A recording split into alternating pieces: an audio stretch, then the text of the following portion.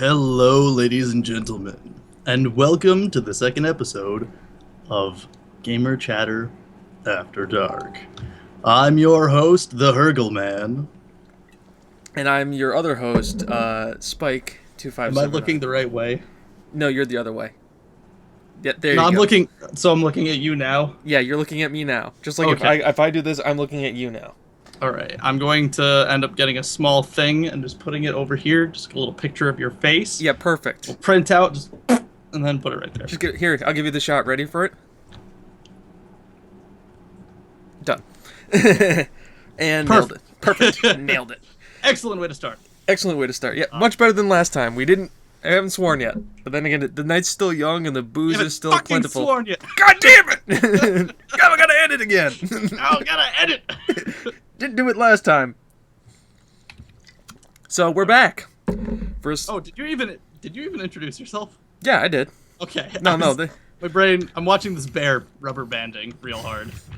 Well, if not, we have names on the top of our heads now. Yeah, they're there with the YouTube channels where you can find us. So totally a little bit different. There was totally, we just whipped this together in 5 minutes, and I didn't spend 2 hours of technical fucking around to make this happen. Totally. I mean, most of that technical fucking around was you like determining whether or not you wanted to put your webcam here or here or here or here. Gotta give the people what they want. I mean, if they're looking at our faces, might as well give them the best view. Watching two bumbling idiots drink and talking about video games. That's pretty much the best they've got. I know. Yes. By the way, thank you for the reception of the first episode. It was No, that was a solid piece of ice. I wasn't even. There was nothing in that. great timing. It was really kind of interesting. I mean, we kind of did this as a joke and just said, "Screw it, we'll throw it up there." But no, you guys really responded good to it, very well to it, and we thank you for that. And Especially me, because I got a lot of shit wrong last time. And I mean, I was more inebriated than I'd like to admit. yeah, well, it's a learning curve. It's like anything, we kind of need to learn how much alcohol we can actually drink and do still be like get our facts straight. The other thing too is that it's not like we have computers with the internet and Google that we can fact check ourselves on as we're doing the show. I mean, That might be too much work to do, man. it's a lot. It's a lot of that's a lot of fucking work to do. So, I but wanted to keep track of my phone so that if, God forbid, God forbid something God happens. forbid I need to tell James to shut the fuck up about something without telling you guys. He needs to shut the fuck up about something. Yeah, well, we're all kind of close here at this point. So I think if you can tell me something, you need to tell me something. Just tell me something. But interrupting that thought again, just to go back to you guys, back to you as the viewer. Thank you for watching. Yeah. So we decided to do a second one because why not? First one did okay. It was a fun time. I had fun. You had fun. He had fun. I hope no one was terribly offended. If you were, well, this might not be the show. One person might have been. We did get a dislike. We did get a dislike, and I have a feeling it's because of my facts. I have a feeling it's because I said something really stupid, which was I didn't know if John Carmack was involved with idSoft at the whole thing. So, there was a lot of facts that I got wrong. Should we start the show with what we got wrong last show? Well, I want to correct myself. Okay. John Carmack was working on the programming for something, and John Romero had done the graphics for another game they were doing under a different company. I don't have the specifics of it. I'm going to get something wrong, so I'm just going to say the loose, vague stuff. But John Romero and John Carmack were working together under another company before they became id Software, and that was that. What were some of the other things? I said some really stupid stuff. John Carmack was not involved in this latest Doom that I know of. I didn't watch through the credits or anything. But he's been working on the Oculus Rift, so that's what he's been doing, being a technical genius anyways, so... Yeah, of course he would be working on something like the Oculus Rift. Yeah. Okay. My games are changing over, so I think I'm going to be going to Overwatch. Maybe Overwatch? Oh, God. Skype, don't do that. That got Did scary you for see? that got scary for a little bit. That got a little scary. So yeah, the thing is that I've been watching people play Overwatch for the last week, and I played the beta, and I played once, and I was like, I'm whatever, man. And the more I watch people playing this, the more I'm like, this might be something I want to get. This might be something I want to get. But there's one problem I have with this, is that, like, this would be a game that I would get and play with other people. This would be, like, not a game that I would queue solo for, because queuing solo for this would makes me feel like I would just rage quit, like, all the time. Eh. And I'd have to... It's not as toxic as most like MOBA sets. Right. It's there's a lot of fun to it, and the thing is when you go into it, you don't get that serious air that like MOBAs give you or that other shooters typically give you. Like when TF2 first came out, it was that kind of like cartoony, fun, like bouncy, bubbly Right. that it used to be. And it's following that very nicely. I haven't felt super serious about it. I think, I've gotten a little salt because, That comes naturally with that kind of a game, anyways. I mean, there's going to be a little bit of salt. Somebody is going to be better than you and just have your counter, and it's just you're gonna want to punch your screen. yeah. My primary issue is every now and then there's a little discrepancy in what they see and what you see. So sometimes, like, there have been points where I've jumped out of the way of a shot and I've watched a rocket or something go right by me, and then I died, and then someone on their screen, it shows me standing still. Yeah, and I think that's because it favors the shooter. Because they went with where like Rainbow Six Siege is not that way. It's the peeker's advantage. Yeah. I think it's the peeker's advantage. If you see them first and you full, the game registers your shot versus what they see on their screen. And I think that, I mean, it's going to be an imperfect system if they favor the person who's dodging versus the person who's shooting anyways. So might as well, in a game that's as quick paced and as action paced as Overwatch is, favoring the shooter is probably the better choice. Yeah. It's not so bad that, like, it's not all the time. It's once in a blue moon. Every so often it shows up. Oh, are we all soldiers now?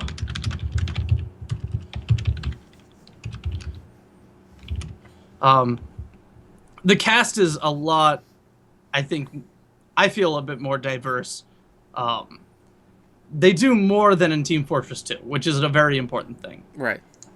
Each character has 2 abilities plus an ultimate that charges up over time. So that definitely lends to a lot of that. We just dove right into the discussion of the mechanics.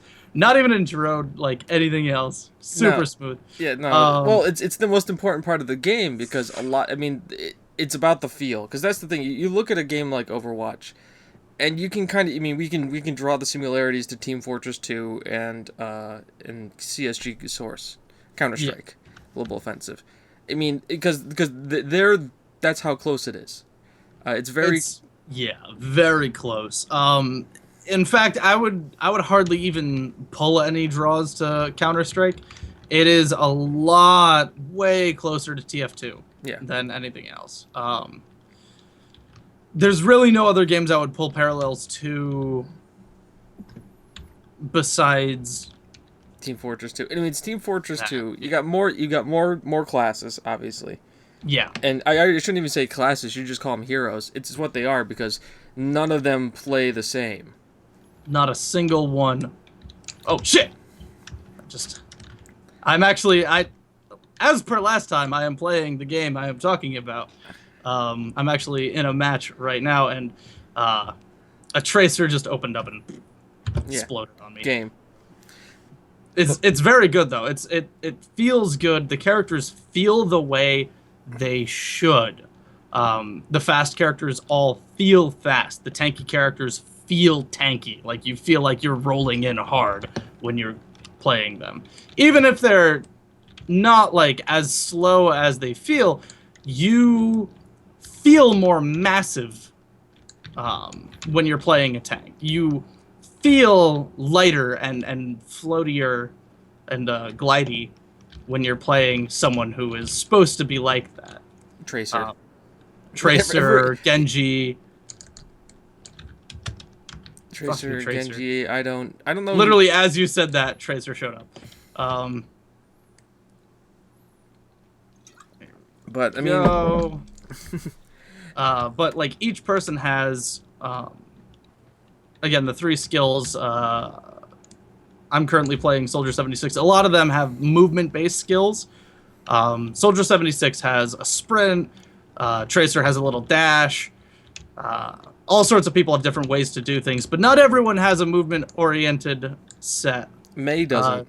May doesn't. Bastion? Bastion, it is technically movement-oriented. He locks himself down, turns into a turret. But it's not your prototypical, I can use this to dodge or increase speed type of movement. Yeah, I mean, not everyone's is. I guess. Actually, you turn I guess, yeah, in that into a sense. siege tank. Yeah, you do. You turn into a turret. You turn into a minigun turret that has a lot more damage. And in the open beta, everyone under the sun was having problems with Bastion, but Bastion is super easy to counter. I've actually seen It's Genji now. Genji's the counter. Genji is the counter. Because he can deflect everything, even alts. He reflects it directly too. He just saw one climbing up the wall with like 1 HP, and I just turned and popped him. So, Ah. I mean, But because it is a very good game. The aesthetic is beautiful too. The graphics are very clean, very crisp. The world is just dirty enough to be believable, but not dirty enough to like give a feel of dystopia or any of that. It's like literally colorful and bright enough and bouncy enough to give you that Disney Pixar wonder. it feels like a superhero game. It's what, Yeah. it's what it is. I mean, they are super, and we're harkening back like not to like the current superheroes where they're trying to make everything gritty, and everything is mean and gritty and difficult. No, this is like harkening back to the age of superheroes where they're the silver. Was it the silver or the golden age? I forget which one. I mean, I'd say the golden age superheroes were like, you know, there was dirt, there was a little bit of grime, but like the heroes were there to try and Yeah. rise above it. You know, I think that was the golden age. yeah. It's before the pockets. It's like everybody got big, muscular, had no necks, and had pockets, lots of pockets. Yeah. I'm looking at you, Punisher. I'm looking at you, Punisher. You know what you did back in those days. You know what you did. So, but yeah, my biggest fear is I look at that game and it's like, if I have a lot of friends, I'd love to play this. But it would have to be, I'd have to play with friends, because I could not see myself playing this by myself, because I would just get salty real quick, especially if I was losing a lot. Yeah. And the second thing is I'd have to get it on PC. Like this game seems like it's going to have its longevity is going to be PC. A lot of the community, because it seems like a lot of people who are going to take this game seriously, especially because this game really has an esports feel to it. Like this could definitely become an esport game really fast. It just, I'd have to do that just because it seems like the community would follow it harder. Not to dish the fact that it's on console. I'm happy to see Blizzard making console games again. Especially, you know, after, what was the last one they did? Was it StarCraft 64? Was that the last console game I think they did? No, Diablo 3. Diablo 3. Damn it. I keep wishing it was StarCraft 64, because it's like, yeah, you know, StarCraft was on the Nintendo 64. Its controls were weird, but it totally did a thing. Yeah, real-time strategy and consoles don't mix very well. Halo was an evident. Halo Wars. I mean, Yep. that's a PC. That was a port. pretty decent one, though. Yeah, but that's like a PC port waiting to happen. I mean, you could throw that thing on PC and just be like, it'd be money in your That's back true. pocket. But yeah, say Livy. So It's. I'm waiting for them to it. yeah, no, it's gonna happen. It's gotta happen. It just has to. Freaking, it needs to. I need to have it, man. I gotta have that RTS fix. Though, granted, I have Total Warhammer right now. Total War Warhammer. And you want to talk about scratching an RTS itch. And a gaming itch. I've said it before, but if you see there's storage crates right behind me here, that's all Warhammer models. Warhammer 40,000 and Warhammer models, so I don't have a problem. I don't know what you're talking about. I don't have a problem. It's not like they're not painted. They're totally just the gray moon scheme. Moonscape. Totally moonscape. Covered in moon dust. I planned it that way. Oh. I know. See, that would be me every time. Every time. Yeah, but that's not a bad awe. That was a two good things happened in just the wrong time to make them good. Um, so Roadhog, one of the tanks, big fat guy, has a oh oh Has a chain high and a noon, high shotgun. noon. Oh, I got high noon deflected. That's butts. McCree? Yeah, I'm playing McCree, and what? Oh, that was a very fast setup. So it's a very fun game. I gotta say, even playing solo, because I'm playing solo right now. It's really not that bad. Um, if you end up getting countered, just swap to a different person, and you can do that very quickly, very frequently. There's pretty much It's almost built for that. I mean, because it is exactly built for that. I mean, Oh shit! Oh fuck! you got the escort the objective missions that just, I mean, it favors the attackers are usually kind of stick attackers, but as your lines crumble and as you're the defensive team, you kind of have to choose certain more heroes that will help you more and more defensively. Though I have to say the funniest thing I ever saw was it was a 5 bastion gun line. They all got up on a bridge Mm-hmm. and they all faced the opening of where everybody was going to run out of. And there's only one opening where they could tunnel out of, and then Yep. they all alternated fire, so that So like that no one was reloading while. nobody. So one or two people were reloading while the other people were throwing, and they were spraying the door, so nobody could actually physically get out of the door. Yeah, like that's an easy thing to fix. You just pick up one Genji and you just look down. Yeah, Like just aim down at them. but it was just hilarious because like for like the first like minute, because like they were like it was kind of the oh shit, oh shit. Yeah, the exact moment when it opens up, And it's it's just a like terrifying and amazing thing. And the thing is, they did something really. I mean, like the fact that they were staggering their fire and stuff. It was really interesting strat, and you didn't do it. Though I do know people have been making fun of the plays of the game. Oh yeah, the plays of the game doesn't always make sense. I've seen people who have gotten like really not awful, but awesome quadra kills or something. Fuck, and I'm dead. Like really awesome sets of kills, and then promptly lose out the play of the game to someone who's like gets a double kill or a triple kill. It's like okay. Or like watching a Mercy heal. Like I saw like a Mercy like heal, shoot a guy in the head once, and then go back to healing. It was Yeah. like cool. I mean, props to you if you're a healer player, especially in a first person shooter game like that. If you're a healer and that's what you main, props to you. We like you as a person. You are a beautiful human being. If you are a healer in any video game, we like you as a person because you are. If you find fun in it, that's awesome. But otherwise, you are making the game more enjoyable for the rest of us. As somebody who played WoW since vanilla, thank you personally because I've done healing. I don't like it. The only reason I did it is so I could get DKP points, so I could buy actual DPS gear, so I could freaking DPS. Yeah, I'll heal, but I better get that freaking sword of Damocles when it drops. If not, I'm going to fucking riot, and take half the guild with me. Yup. That's how that went.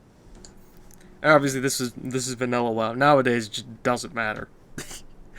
You point and click, and half the map dies. Pretty much. That's a debate for a completely different show. Yeah, no, I'm not touching that. No, I don't need to have my WoW war flashbacks. So, yep. So Overwatch, you'd say definitely worth the buy.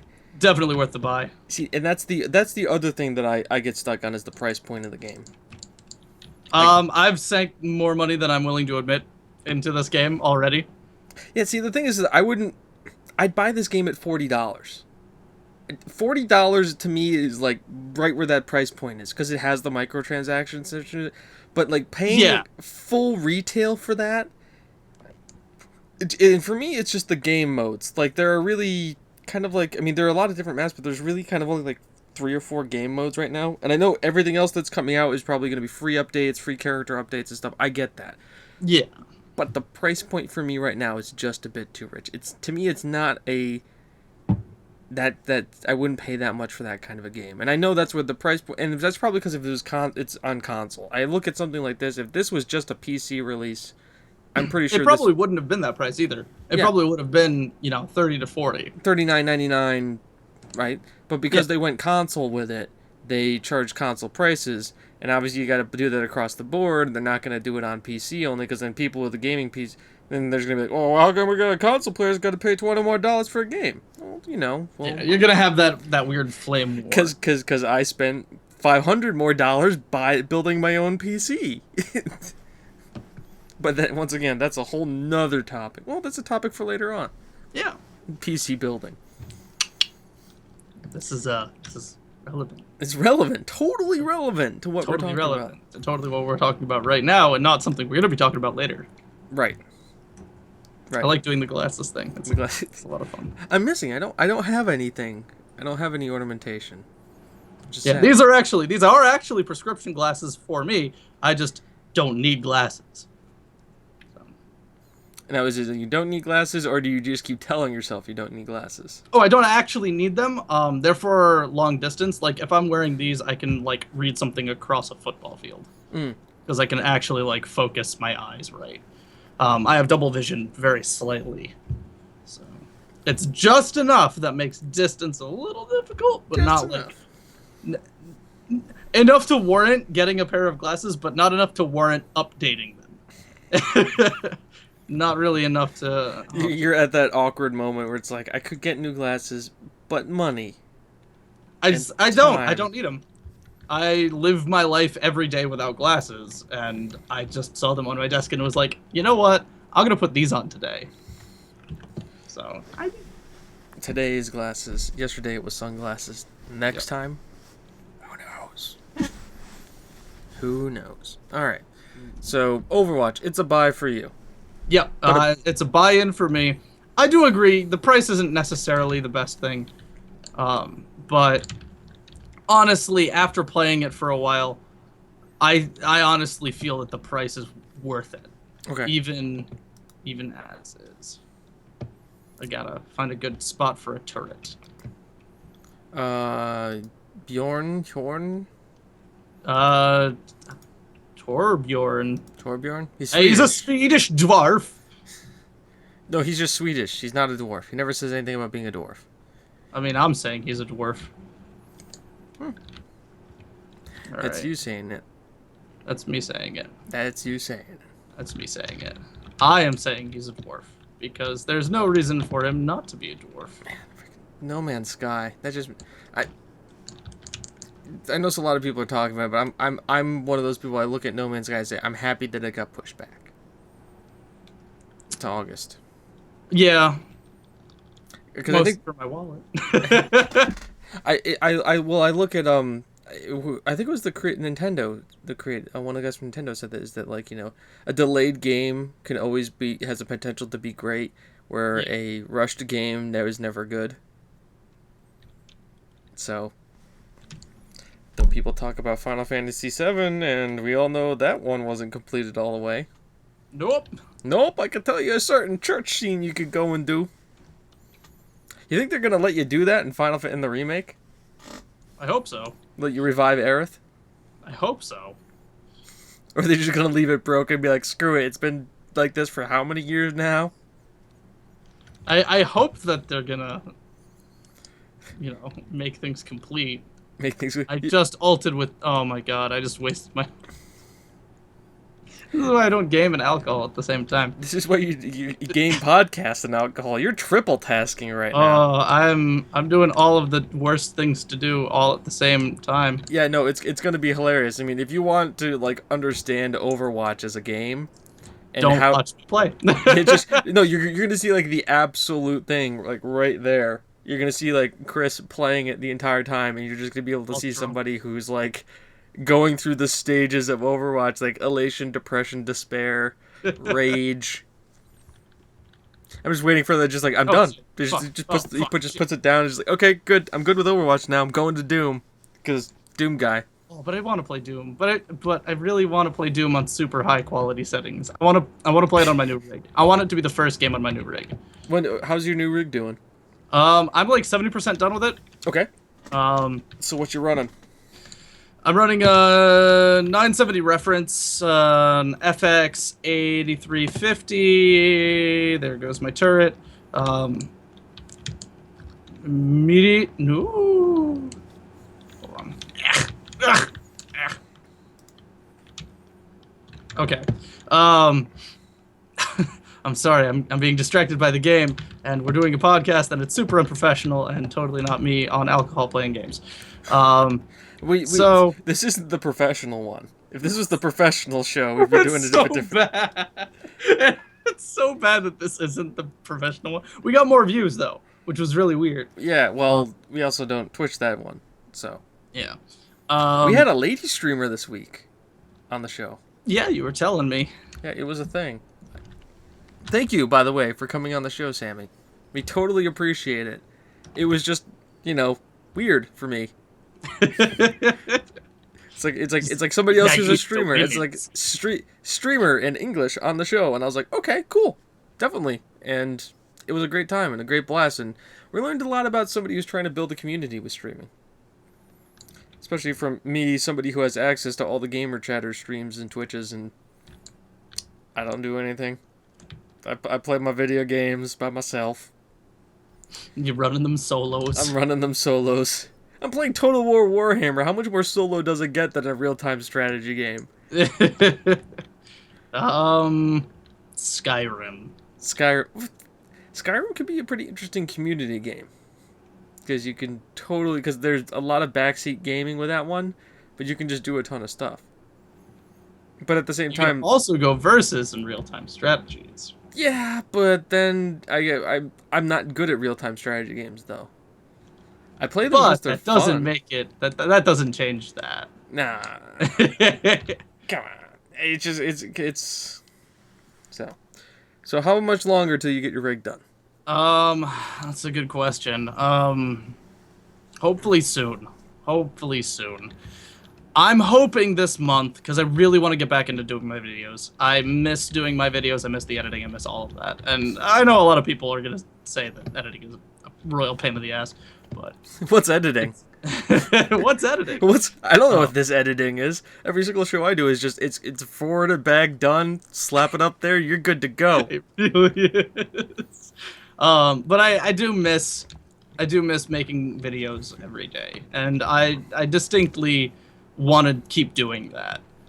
So hopefully very soon, hopefully the end of next month, not this month, next month, because paychecks.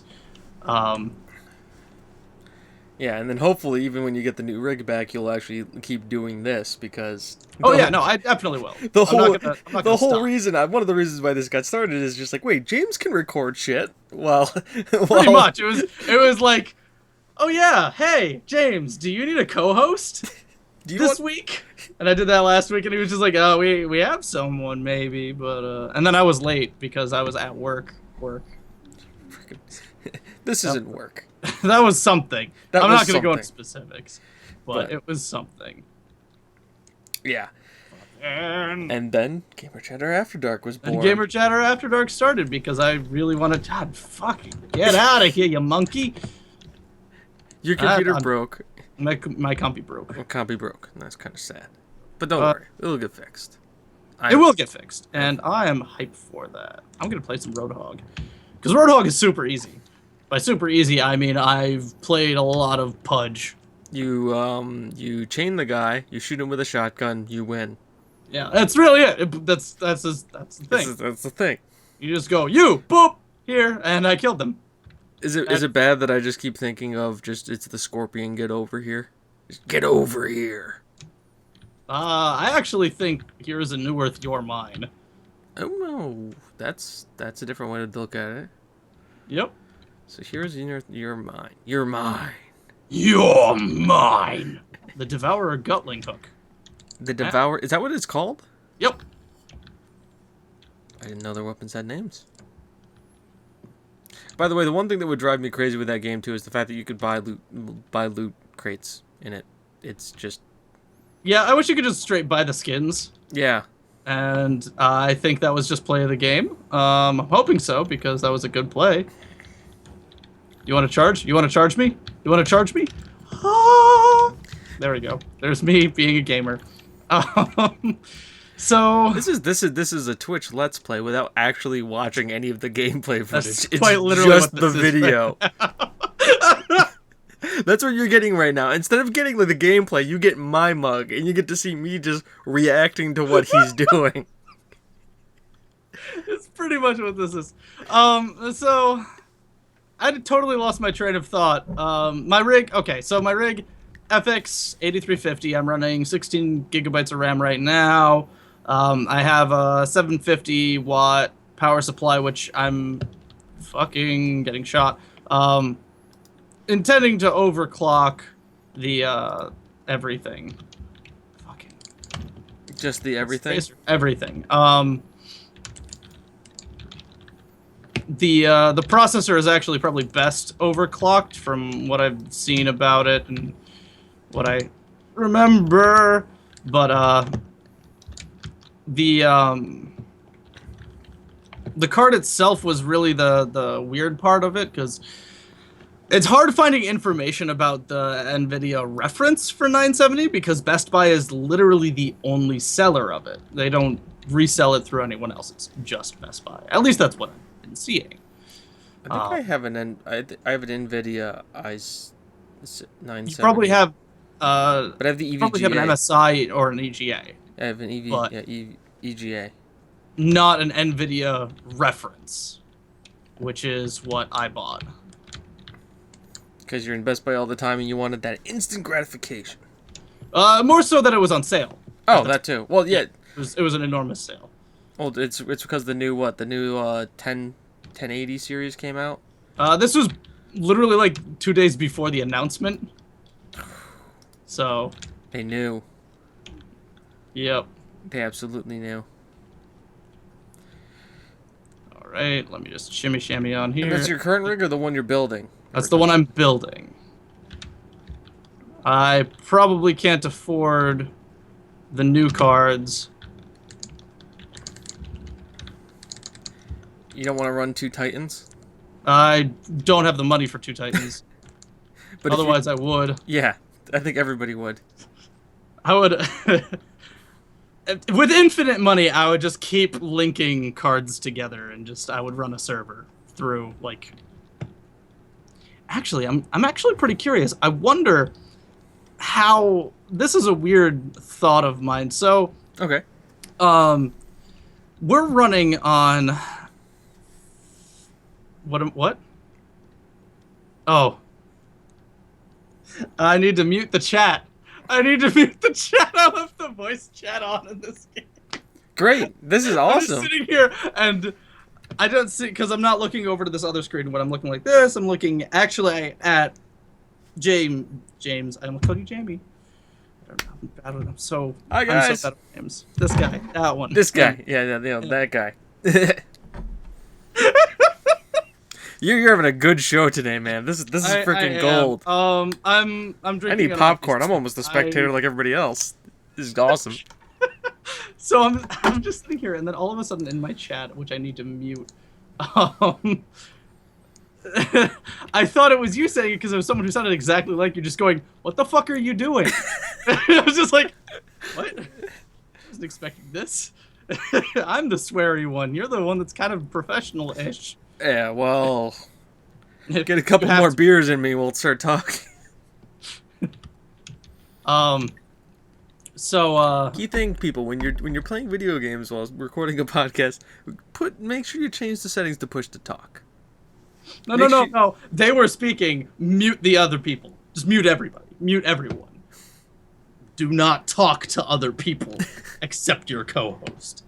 Well, I'm glad at least that they wanted you to keep talking to me. They understood that.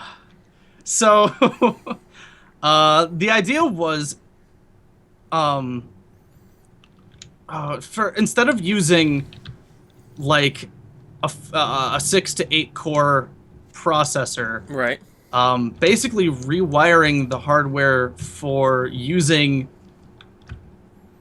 a handful of graphics processors to do the same thing. Okay.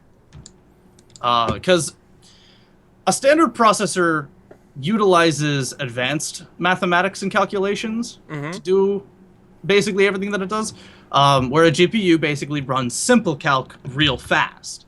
So the idea is that when you have your processor, it's a single chip. Before anyone thumbs down this, before anyone puts me in a dislike because I'm being stupid as hell, I am on alcohol and trying to Overly not simplify. look.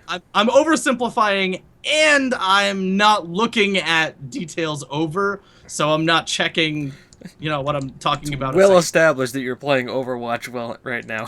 Pretty Literally well playing established. Overwatch right now. I would if At least one of us is having fun. The answer is not me right now. This guy. I'm trying to It's this guy. think about advanced electrical things and play Overwatch at the same time. Overwatch is not a simple game, to say the least. It is a complex game.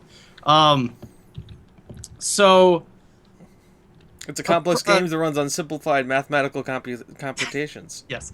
The way processors work is they basically break down advanced mathematical calculations into a sequence of processes, for lack of a better term, that they can run on several cores at the same time. Each of them is running calculations to build up to one sum total.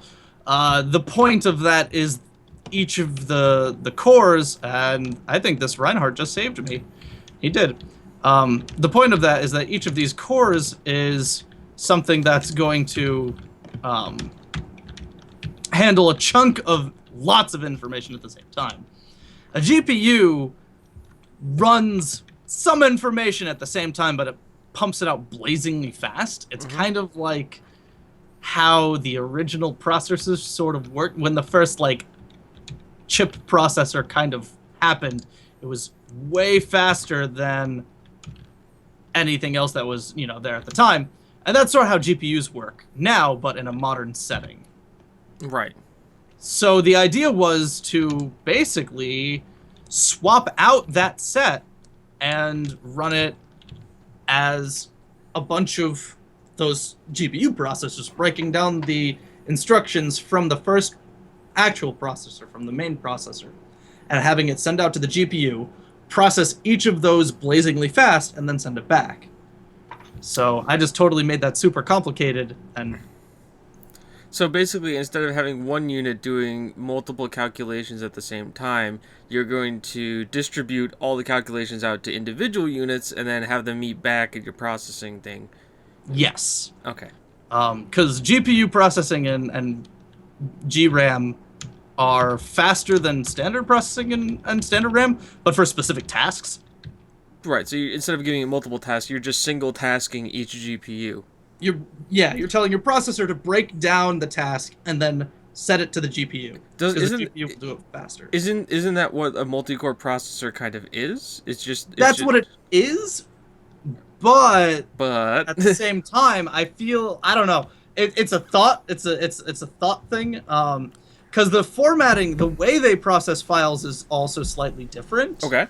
I don't remember the specifics of that, and I may be very, very, very, very off. If any of you are into computer engineering and the very fine details, Let us know please below. Let us know below. Let us know below. Correct me and my stupid babbling. We are probably wrong about some things, and we A are lot. more than willing to admit this. I'm a total dumbass, and I will openly state that. So don't. So if you guys want to correct us, please do.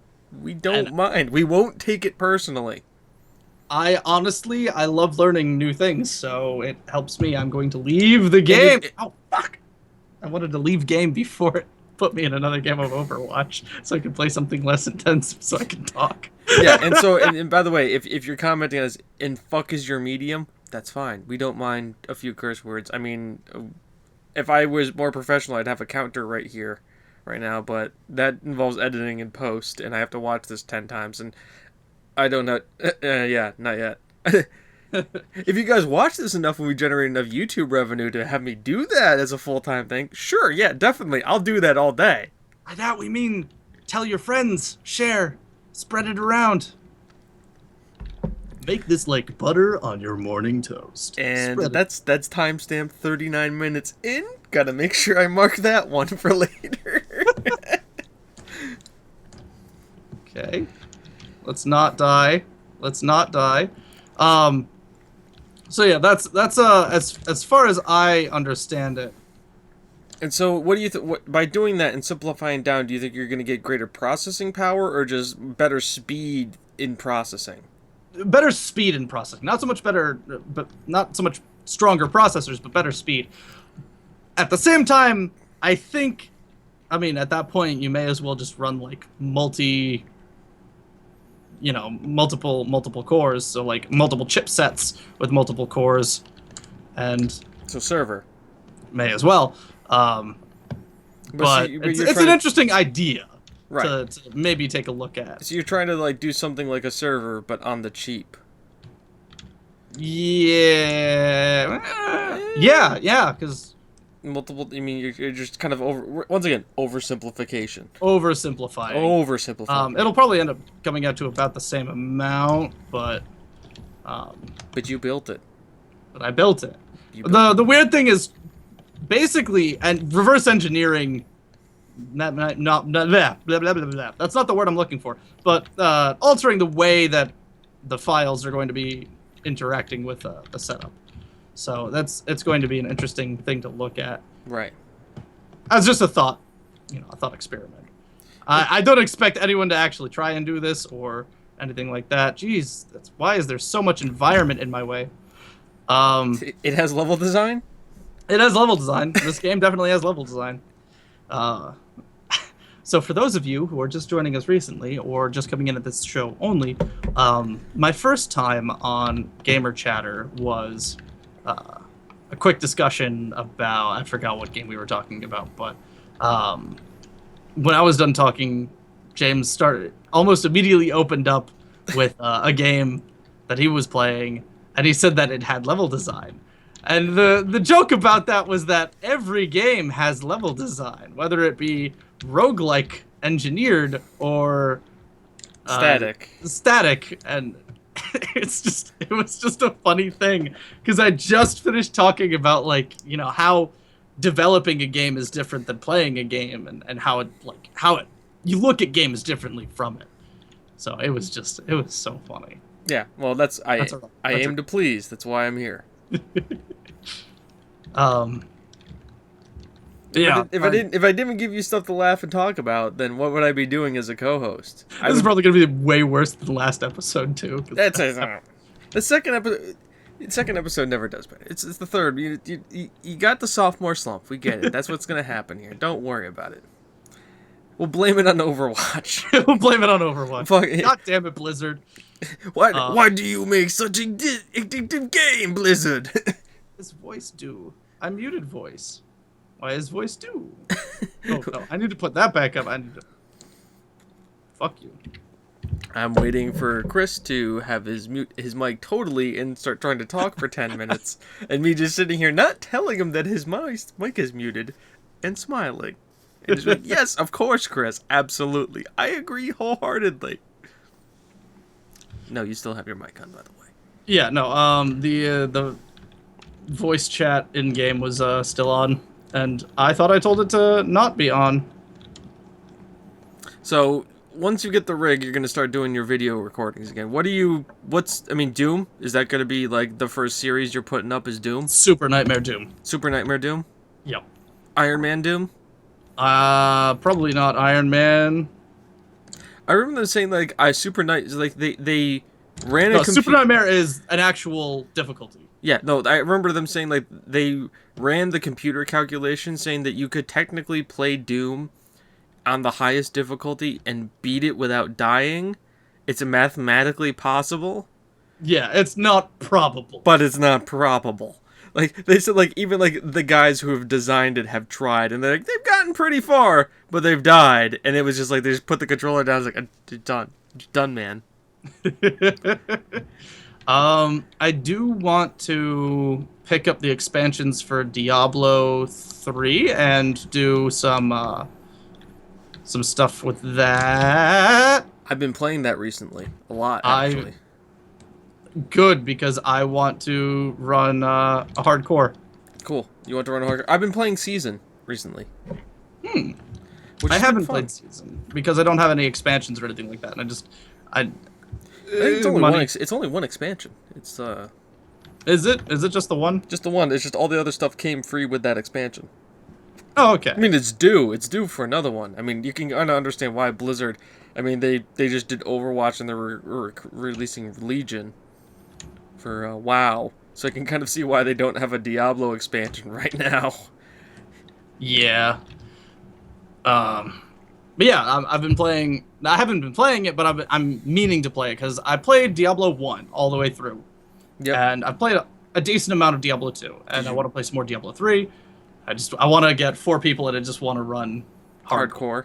Yeah, I want to see how far we can get with that. Yeah, it's else did I definitely do? a fun game. I've been playing a ton of Seasoned with it, and the nice thing too about the Seasons is that they actually give you set gear as you complete season objectives now.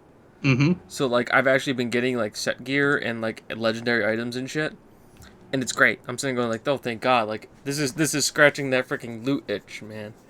That Yeah. like the Division and Destiny and all those other games I've been trying to find it, man. That itch, I got the need. You get that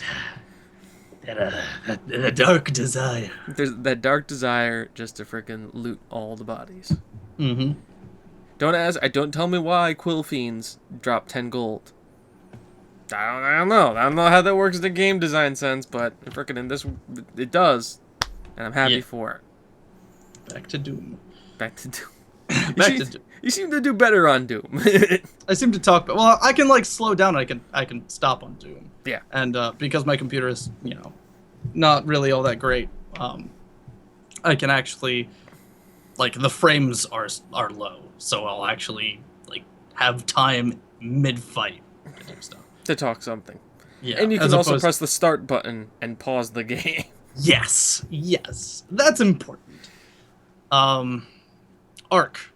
Ark Survival Evolved. So I initially was the first thing that I wanted to do when I first heard that Ark was happening was I wanted to buy it because I was in love with the Unreal Engine at the time when it was first announced. I was in the process. The Unreal Engine. Unreal 4, UE4. UE4. And for the longest time, people would say UE4, and I thought they were talking about a different engine than Unreal because my brain doesn't translate letters to words very well. Mm-hmm. I'm really, really, really crappy with like abbreviations.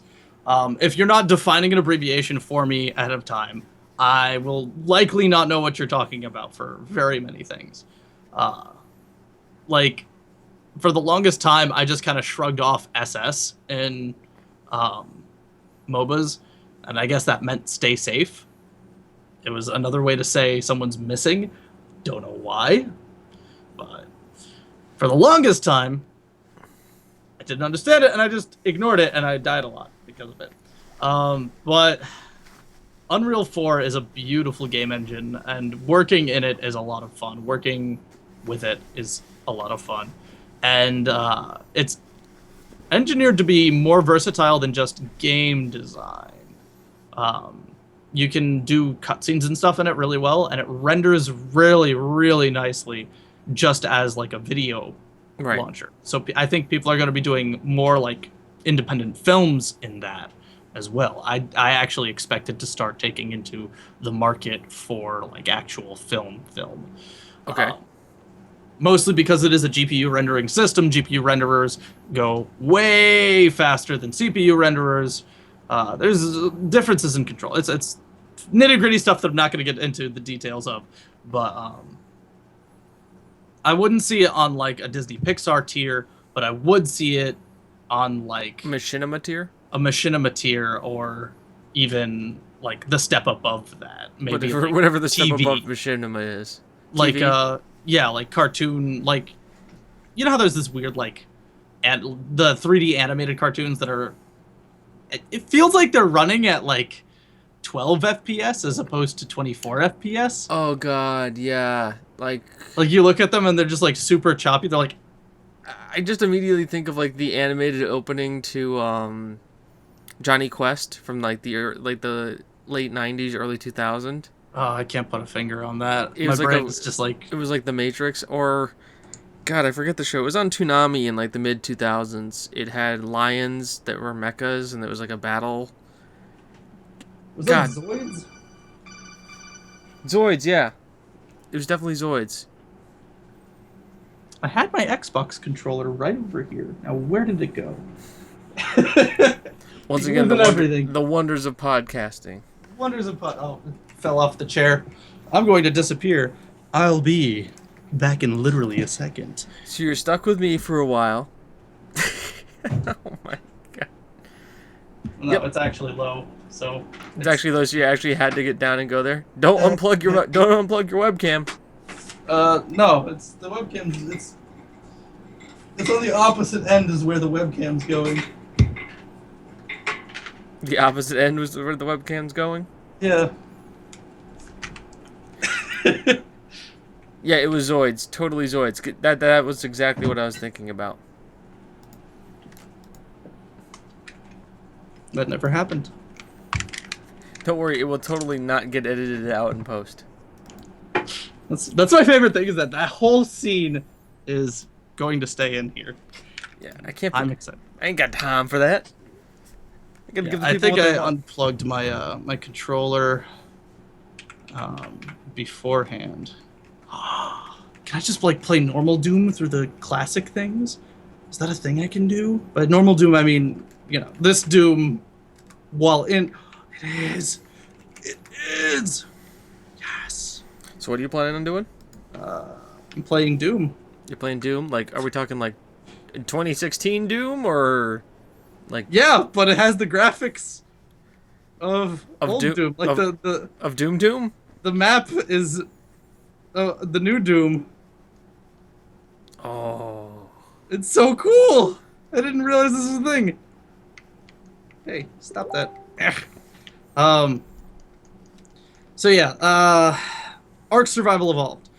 I was super excited to hear that it was being announced, and playing it, it feels a little unpolished for where it is.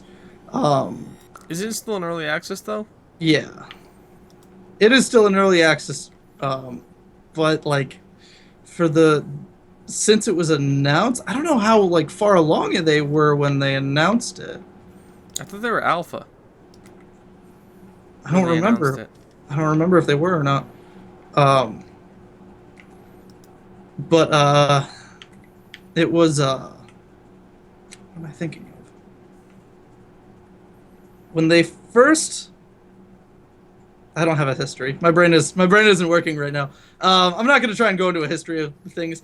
I like the game. It's a lot of fun.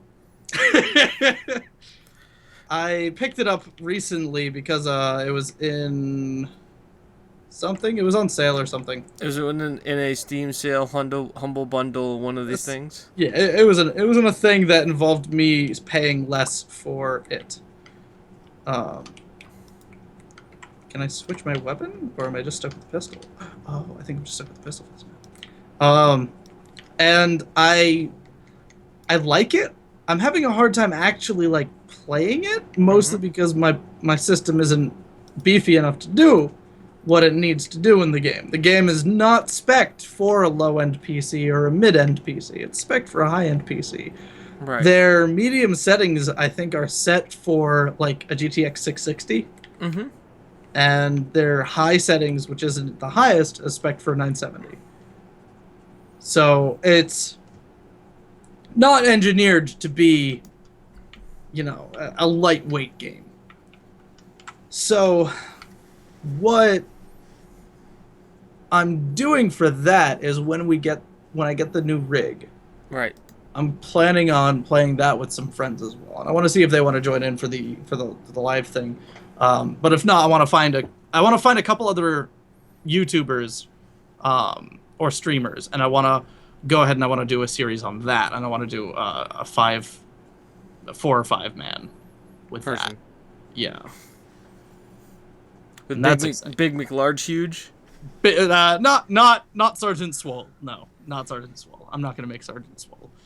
I'm gonna make a normal person. I'm probably gonna use a stock person and just tweak them slightly. But the game is really cool. So it's a survival game first and foremost. It is a survival game similar to like Rust, similar to some of these other ones, but it's a little more forgiving than Rust. It's a little more forgiving. Like Subnautica or something like that. Yeah. The setup is that you this I don't know what the story is. You have a thing in your arm, like a little triangle. Don't you like there's like weird alien something happens and you're teleported to Land of the Lost? Basically, yeah. I don't know the actual backstory behind it, but that's pretty much what it is. Something happened, and now you're on this island, pretty much naked, with a thing in your arm, and there's dinosaurs. And it's so fun. It's a lot of fun. You can tame just about everything that's on the island. I think like giant snakes are the only thing you can't tame right now, with the exception of fish. Certain fish, I don't think you can tame. Um, I haven't really You're not tried. Aquaman. You're taming dinosaurs. But you can tame alligators and sharks and dolphins. You can tame all these other dinos and dodos. The first thing you end up encountering usually are dodos, but there's a lot of things. And they recently did a new map that I haven't had a good chance to explore through, and I really want to. I really want to. But Now this is one of those games too, like when you build a structure, it exists even after you log out of the game. Correct. in a server, yes. Same with when you leave. If you're on a server, your character will stay there. Luckily, you don't have to worry about like food or drink while that's happening, but you can be killed in your sleep on the servers. You can run it single player as well, but it's very, very set up right now to be multiplayer. Running single player is basically you're launching a server that no one else has access to. Right, it's your private server.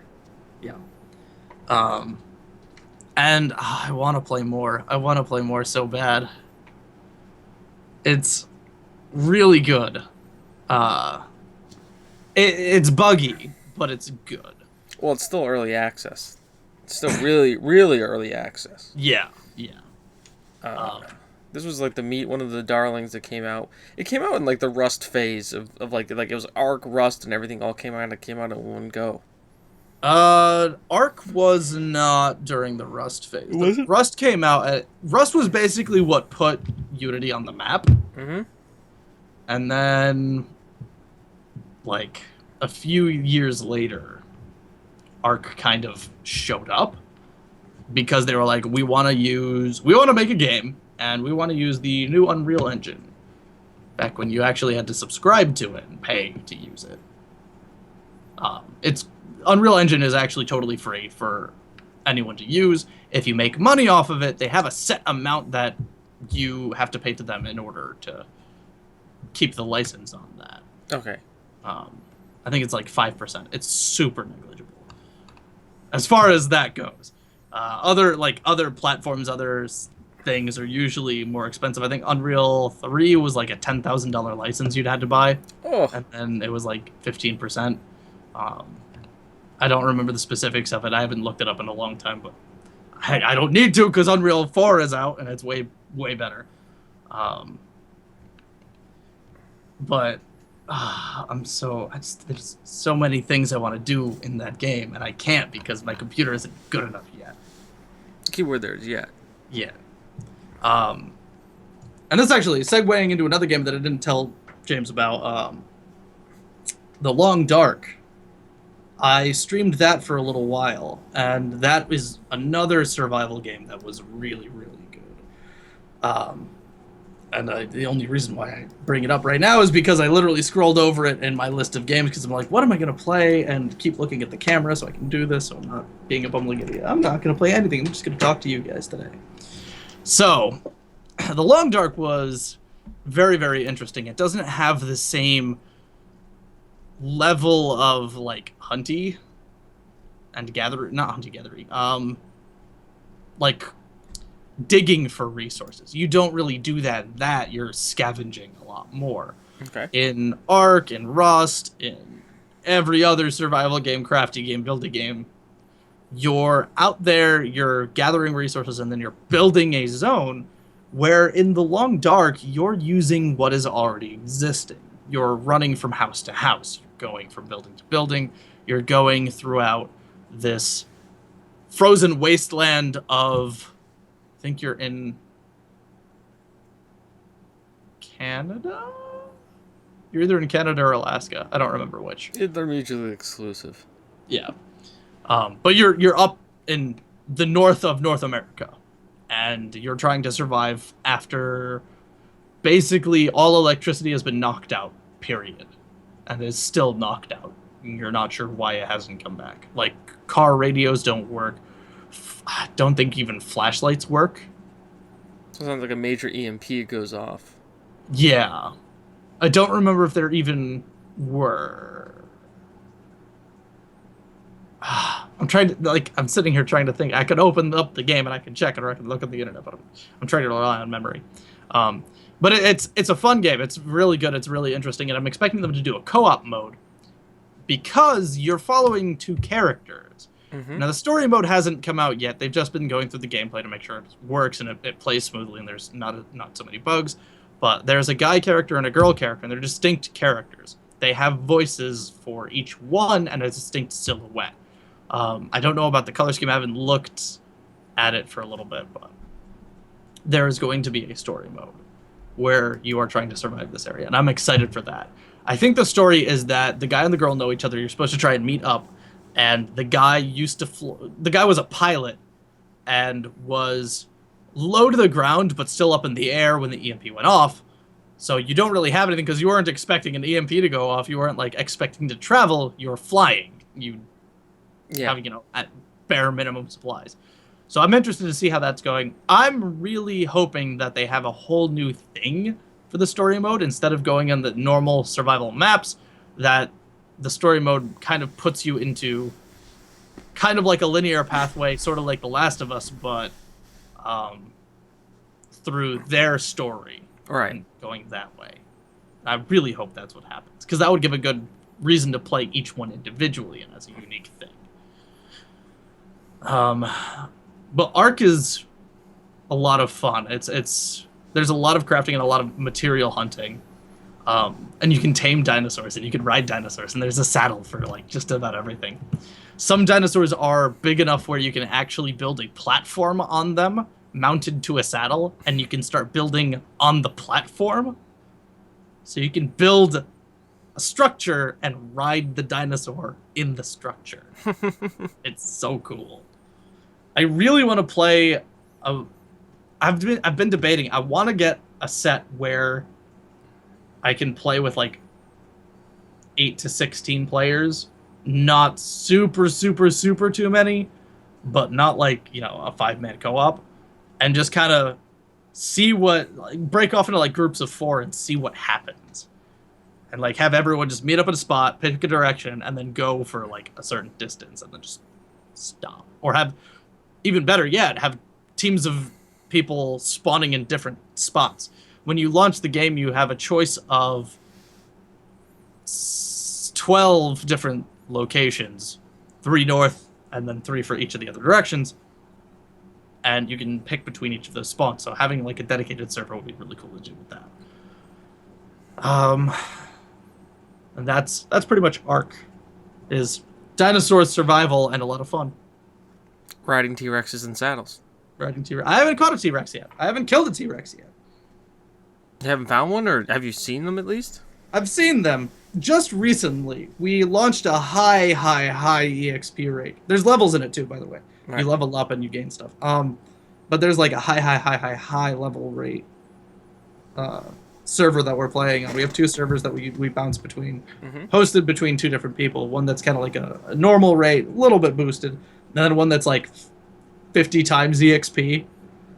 So we're like level like in the 60s or so, out of I think 85 at this point.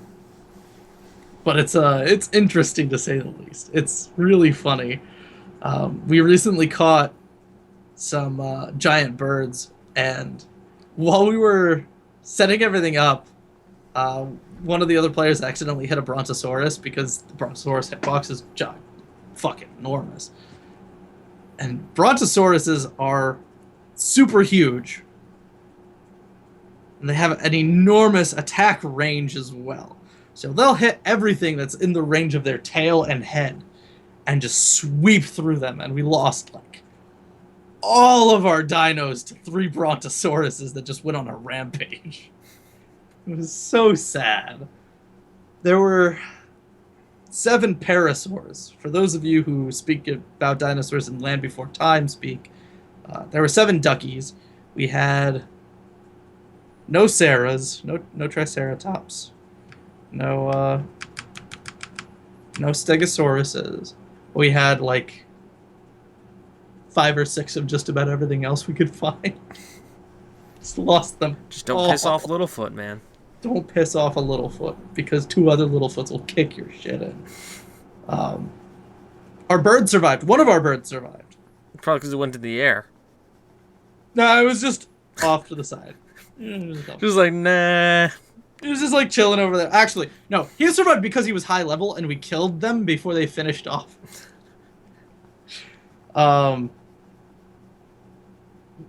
We also had 3 pterodactyls, and they all survived, luckily. So we can go get more birds. But, like, we're in the process of rebuilding, and it's so hard because we don't have, like, anything to haul weight for us. The most important thing that you end up using dinosaurs for is carrying your shit. Like any gay video game where they're giving companions, it's all about carrying your shit. Because you're the badass there. And especially when you're in a high level. We have, like, rifles and stuff, so we're dropping things in, like, 2-3 shots. I spec'd so much into my damage. I think, ran down a Triceratops with 3 swings of a sword. I just, like, hacked it. Just immediately killed it. To anyone else who's played the game, you know that it's hard to kill Triceratops. Like, as far as the number of hits it takes. They're not necessarily difficult. None of the animals in there are necessarily difficult to kill, with the exception of the Spinosaurus. Spinosaurus. Can't wait to capture one. There's a handful of predators that you have little spitters, you have raptors, you have... T-Rexes. I don't know what they're called. T-Rexes are the step above the thing that I don't know what to call in, like, normal speak, but we call them Carnos in that. I don't have the file up in front of me. But there's, like, a smaller one before the T-Rex, then the T-Rex, and then the Spinosaurus, I think. I think the Spinosaurus is more powerful than the T-Rex. But the Spinosaurus is fast on land and in water. Oh. Which... The only other creature I think that is like that is the frog, because there's these giant frogs you can capture and saddle up. And they go pretty quick over land. Not as fast as raptors, but pretty quick. And then they go pretty fast underwater. I found that giant alligators are really good too, because they have pretty good stamina. So you can sprint on them for a long time, so that makes their above ground decently fast. No, not fast per se, but you can go a distance for a reasonable speed. It'll be faster than, like, trying to run yourself. But once they hit the water, they go. It is so fast. I scared the ever-living crap out of my friends with it. Because, one of the players was riding a raptor earlier today, and she jumped into the water, and she's like, I'm just going to cross this little strait. And I was, relatively nearby. I'm just like... swimming in, and she's like, I'm just going along, and like it was just like going along, gator circling, just can't even tell what's going on. She just saw the giant gator, she's like, oh god, and it started almost attacking me. It was great. It was beautiful. For those of you who are getting the game, tame alligators. Tame alligators as quickly as possible, because if you have 3 of them, they will murder piranha pits. They will just go through and just maul all of the piranhas into pieces. It's beautiful. And then you get meat. And then you get meat. You get lots of fish meat. Fish meat's good eating meat. Fish meat's good eating meat. But Ark is definitely a buy-in for me. Definitely a buy-in. Even at its standard price, well worth the money. It is a game that you do kind of want to play with at least 1 or 2 friends. You don't want to run that solo server? don't really want to run the solo. It's $30 right now, but definitely worth It'll probably go on sale for like the Steam Summer Sale for like 14.99. Oh, probably. I picked it up for about 20 because I was just like, you know what? I really want this game. I've been sitting on it for a while, and I just really want it. I've been tempted to actually just disconnect my computer set right now and just put in the 970 card and just run that until I finish the rest of the rig. Which, oh, that's such a temptation. I very well may do it. Um, Would that let you actually do videos and stuff again, or just let you play Ark? that would just let me play Ark. Mm-hmm. Because Ark is intensive on a lot of fronts. Um, but graphically, that would help me out. The problem I have right now is that the processor in my machine is it's dying. It's very slowly dying. So I need to replace the processor itself, and I think I'm running a different chipset than the 8350. Otherwise, I could actually just start using the stuff I have right now for the rig. So, unfortunate. But yeah, that's pretty much all I have to say. That's all you got to say on that? Yeah. You all done? Yep. Good for now? Yeah. You actually gonna have... I actually have to talk about something? Go for it. Do it. Leading me into something? Well, I guess we're gonna talk a little bit about tabletop games, because god damn it, I played D&D today, so... But there's been something... Yeah, that's right. 5th edition D&D, man. Woo! Tabletop. Totally do things besides... I mean, it's gamer chatters. It's a game. It is. Talk about it. But one of the things I've been focusing a lot on, and I've been following this for a while, is Hibron Games, which is run by... It's an indie game developer run by Caleb Stokes, who's part of a podcast called RPPR, Role Playing Public Radio. And they do actual plays of role-playing games. So they record their gaming sessions and they put them up on the internet. You can listen to them. And they go through tons of different systems. They do the major ones: D&D, World of Darkness. They've done Eclipse Phase, which is sci-fi horror. Delta Green. Eclipse Phase.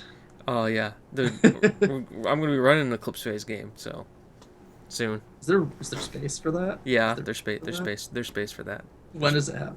I'll let you know. Okay. I'll let you know. But I need it. Caleb, what's really interesting about him is that he started designing this game back in July 2013, and because he's part of this podcast, and like he's been part of games, and he ran probably what I consider to be like the definitive role playing game for Eclipse Phase. He ran a 28 session game, which was running at about 4 hours a session. So you can imagine if you want audiobooks and stories, this is the place to go to. They actually have a D&D 4th edition campaign that was 76 episodes at 4 hours apiece. If you want time to kill, and it's interesting too because you get to see them like travel through, and it's the evolution of the characters and stuff. And yeah, there's table banter, there's them drinking and stuff, but like there's story, there's character development, and it's interesting. You see these individual, it's collective storytelling, which I really enjoy, and it's the main reason why I go to role playing games. But to go back to so he's developed a game called Red Markets. And I'm not going to do a justice to this game. There's no way in hell I'm going to be able to explain it as good as he is. I'm just going to talk about it from my personal side of it. It is, he's had this podcast, and they've been doing this thing called Game Designers Workshop, where he's done various stages of where he's been through developing this game, from like the initial concept to designing system to going through beta tests to sending it out to writing to getting commissions, getting art, getting editors, how to work out contracts with those people. And now finally the most recent one, which is Kickstarter, went live. And it talked about setting up the Kickstarter, how to get it set up, what you need to be prepared for it, and how you actually launch a Kickstarter. It's interesting too because it's a game designer and he's talking about a role-playing game, but it's so many of the facets that he talks about is actually clear across game design as a whole. Like, having be able to get the right people, working with people to get art for stuff, which we were talking about earlier. But it's really interesting, and you can see his level of passion for this project. And, he's not sitting there telling you, he doesn't, it's kind of, he comes across, he's very honest about what he's doing. and what he's saying, and I think that's the most genuine thing about it, because this is the game he always wanted to play, so he's making it, and he says he immediately made the wrong decision making this game, but by God, he's put so much time into it, he has to finish it, because it's dream the right amount. He dreamed big. He's like, he should have cut his teeth on smaller stuff, and he did do that. He's written supplements for Eclipse Phase. He's written supplements for other games, but he figured your first game should be something smaller, and he went for like the traditional role playing game. And the book, which by the way, it's funded. It's been up for 4 days, and it's almost on its last stretch goal already. It's going to be, I think, a full color 300 plus page hardcover book, which for a guy doing his first role playing game as an indie developer is phenomenal. So that's about the Kickstarter. So now I will try to attempt to explain the game. By the way, if you go to their website, Role Playing Public Radio, there is actually an actual play. Yeah, I'll link in the bottom. Yep. I didn't want to interrupt you, so you can. Yeah, link in the bottom. But there is an actual play of them playing this. You actually get to hear him, the creator of the game, running a game for the people who's helping him develop this game as a beta test. So you'll have that. You can actually hear somebody play this game. It's economic horror, is the best way he describes it. And he shows this as using a zombie apocalypse as the median. So the best way to describe the setting is the zombie apocalypse happened. It takes place 5 years after that. The rich, the powerful, the politicians, the celebrities were able to get out into safe zones, safe quarantine zones, and life as we know it continues on. Capitalism is strong there. And the whole point is that if you ignored the evacuation order or couldn't evacuate, everybody just thinks you're dead. Or you're dead to them. There's no way they can help you. You're all infected. You're all zombies. There's nothing you can do. You survive as an enclave. So part of the not only do you develop your character, but you develop your enclave. How did you survive? How did this small community that you're a part of grow up? What are the things that draw you together? And they're all part of an architectural college. And the faculty have kind of developed into the parliamentary system, and because they're architecture students, they were able to design battlements and stuff to keep the zombies out. They call them casualties. But so you design your area, you design your stuff, but ultimately you are part of the outside, and what your character is, and this is where the game kind of comes in, is you're a taker. What you do for a job is you go over the walls of your community to go out and do jobs for people out in the waste where there are zombies, raiders, all that kind of, Mad Max feel to the game. And the horror of it is that you need to negotiate jobs to get this. You need to negotiate pay, you need to find jobs, negotiate the pay for the jobs, and make sure you're not selling it at a loss, and you can do that. But there's things can happen while you're out on theirs, and there's tons of random roll tables and stuff to help you with this as the GM. But shit happens as you do these jobs that aren't even out of your control. And you're kind of doing a cost benefit thing. Is it, do we do the job and get paid enough to make a profit to eventually get out of this? Or do I need to go home to my daughter Susie and tell her, because you have dependents, and tell her that she's not going to eat tonight because you failed the job and you watched your best friend Bob get his neck bitten off by a zombie and had to shoot him in the head yourself before he turned. So it's you're managing your money. You're basically sitting there going you're trying to get out. You're trying to live. You're trying to get out and sneak your way and bribe your way into these actual spots. But you have to do I buy bullets for my guns so that I can go out and do missions, or do I bring food home to my family? And you have to make those decisions. And your character has trauma and stuff based on that. So it's they're taking emotional trauma as well as physical stuff. And it's all based on the market. So it's everything's kind of, the ebb and flow of it. And I think he's done a real great job. The setting is amazing. It's got a great feel. And there's a lot of stuff that is coming out about it too, because they've hit so many stretch goals. They've got GM screens. They've got all of this stuff coming out. He's done a great job with it. I can't speak highly enough of it, and I can't wait to personally get my hands on it, because as a GM, it's a lot of D100 tables. You know what that means? It means easy mode.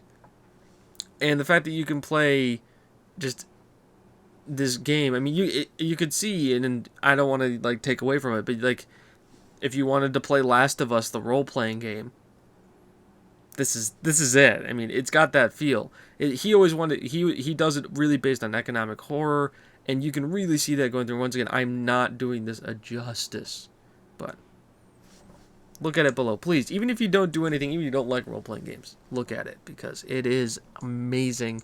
And he should get all the props for doing something that I wish I could do. Instead, I just stare at a webcam and talk about it. And coming from the basis of designing games and developing games, so I don't know if I mentioned this last game. I don't know how many times I mentioned it, but I'll mention it again. I come from a games background, and I come from developing games. I haven't had any launch titles or anything like that, but I've seen the back, the behind the scenes, the behind the curtain, and I've developed my own tabletop system before, very, very D20 based, but it's not an easy thing because you need to take into consideration that the fine details, the finest thing, can change how serious your game plays. Like, down to the number of, do I use a D10 or a percentile? That changes how serious the game can be. I mean, it changes how serious. If you're like, do I do a D10 or do I do a D20? That changes the game drastically, and you're only changing what type of die you're rolling.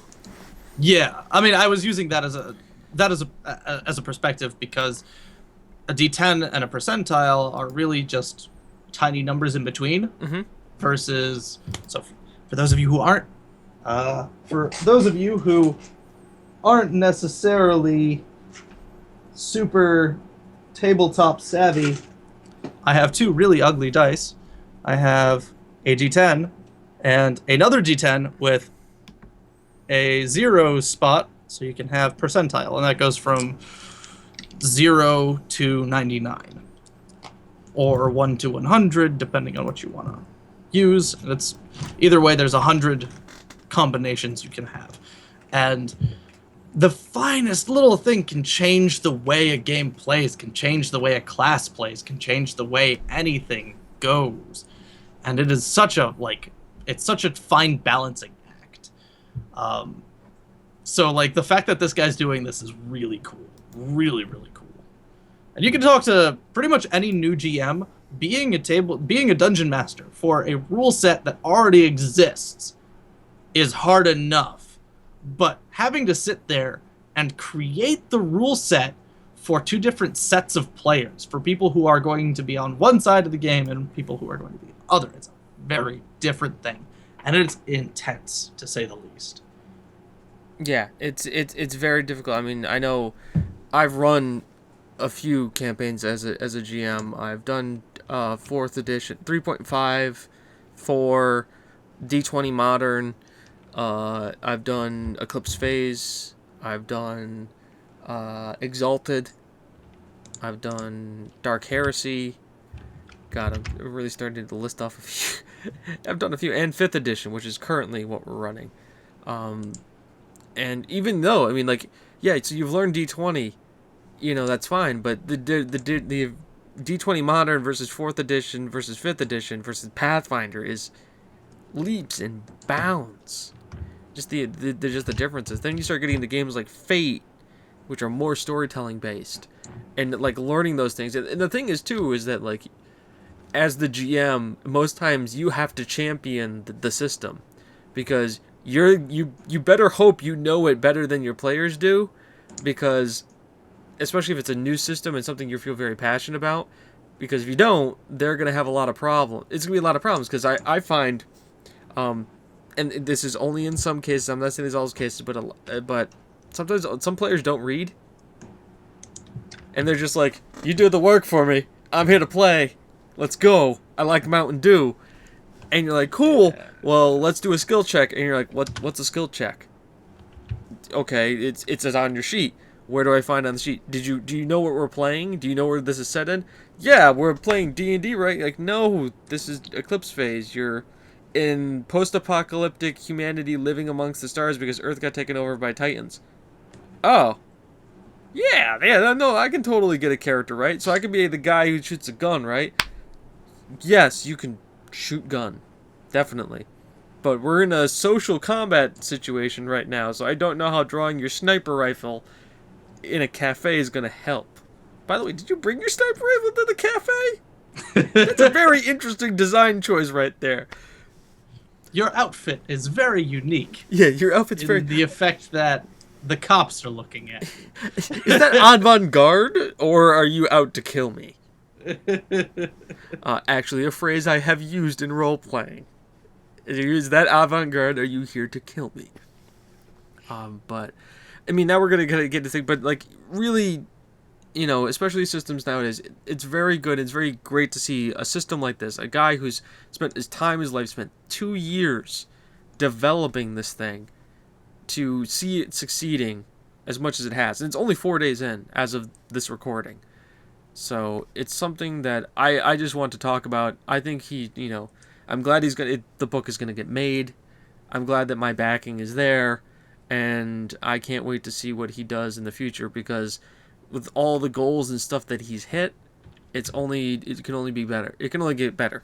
I mean, and the fact that they have an entire let's play based on a architectural college, where one of them is an architectural student who has a donkey. You know those MIT things that have like they look like they're the mobile donkeys that kind of like move around and can jump around and bounce.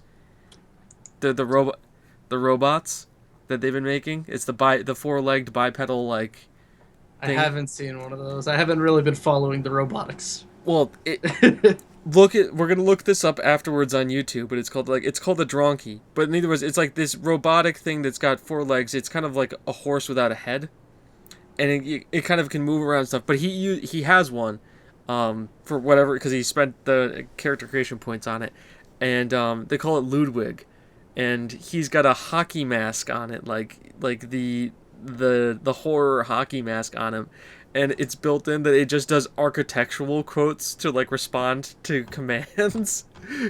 It's like being an architect is like sitting at the right hand of God, and when he gets up, you take the seat, Le Corbusier. Just like that little style choice, the fact that that exists in the game just makes me happy. That like, because it's like very modern based. It's like if the zombie apocalypse happened today, what would it be like 5 years from now? So there aren't plasma rifles. There's like shotguns and shit. It's awesome. Yeah.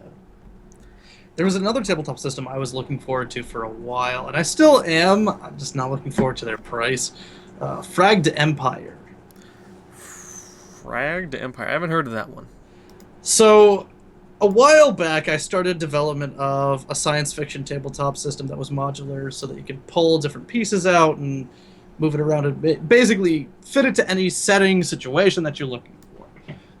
So you didn't have to use it, you didn't have to go, well, let me find the Star Wars tabletop thing and let me dig up the rules for that. Oh, they're bad. It'd basically be like a GURPS, but I think simpler than GURPS. Pretty much you'd be able to like pluck and pick and choose, use it relatively easy. But it was a 3d6 system, so it was kind of D20-ish, but not quite. And I ended up looking for any other systems like this, and I found Fragged Empire, and it reads very similar to what I was thinking about doing. So it's exciting. Basically, I don't know the deep plot of it, but a very similar system to what I'm looking at, and the artwork and the design for the actual book itself is very, very appealing to me. I'm just hoping that the mechanics are really good because I haven't gotten a good like dig into it. Mm-hmm. So. The art direction looks wonderful. Oh yeah, it's gorgeous. Yeah, no, this reminds me of like I got Numenera Mm-hmm. when that came out. Mont Cook, for those of you who don't know, Mont Cook was the guy who most people see as the guy who developed 3.5 D&D, which for I'd imagine most people our age is like the definitive Dungeons and Dragons. That's the one we kind of grew up on. It's like either that or Pathfinder. Yeah, So. yeah, like that's the thing. It was I think it was also like the most widely accepted version of Dungeons and Dragons. It's where it wasn't so number crunchy that people couldn't get involved in the game. Yeah, but then again, it wasn't so simple that it wasn't. That No, it it wasn't isolated the like, people who played chainmail yeah. or in advanced. That's right. We're dropping real interesting stuff right now. But Numenera is just I bought that game on just pure just looks. The book was beautiful. It's once again it's on my shelf right there on the to be played. But it's more kind of like some people collect video games, some people collect models. I collect RPG rule books, and I just sit there and just go just soon. I collect dice. So you can roll them in role playing games.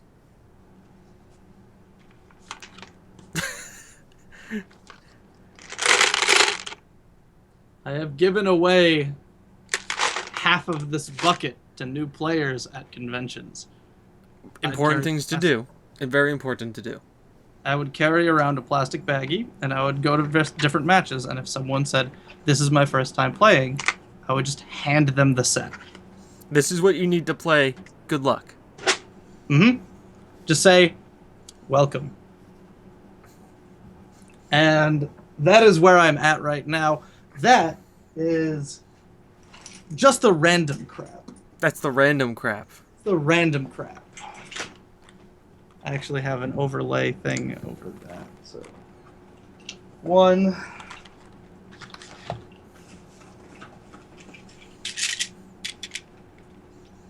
Yep. 2. Chessex are classic, man. 3. Those are nice.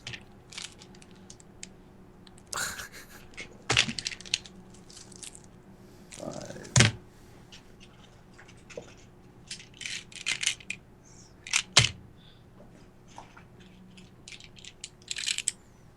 6. Are we 6 now? 7. Oh god. 8.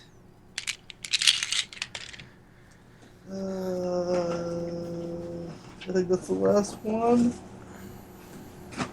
Yep, that's the last one. That's my lemon. Where's my 30-sided die? I bought a 30-sided die because why not? Yeah, because that is exactly what you do. Yep. That's where that charger went. Holy crap. Yep. So, I mean, 7 full sets of dice, one of which is... The 8th is a pack of D6s. I think it was 4x9, so 36 D6. So if you ever need to roll 36 D6, 36 D6. You can buy that. We're looking at you, Shadowrun players. Or Warhammer players. Or Warhammer players. I'm not a fan of Warhammer. I encountered a bad bunch with the universe. Like, they were... Like, the eerily super serious about the game? The universe of it. Not just the game, but, like, the... Fluff Nazis? Continuity, Okay. yeah. You kind of that's the thing. There's a wide spectrum of people in that kind of thing, and you'll either get the competitive guys who like want to play the game and just number crunch you to hell, and you get the guys who are like super on the fluff side and want to deal with the continuity, because really that's how it's sold. Yeah. And then, well, here's the thing. There's different ways you can take the continuity, and you can take it as it's a continuity. It's grimdark. You can do that, or you can take it like how I kind of, especially the new Dawn of War 3 trailer. That shit is grimdark and gritty as all hell. I take it as parody. Really? The new Dawn of War 3 trailer?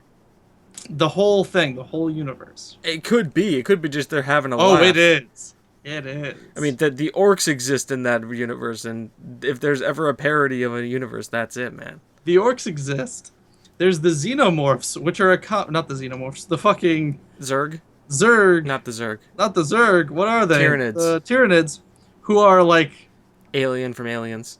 Aliens from Aliens, and the bugs from Starship Troopers. Yep. You have the God Emperor, the Emperor, upon his throne of man, the Golden Lion throne, with his army of, I think it's the Guardsmen or the Space Marines. I don't remember which one actually follows the God Emperor himself. The Adeptus Astartes are the Space Marines, which are his genetically engineered superhuman mutants that go off and fight in his name. There's also The Sardaukar.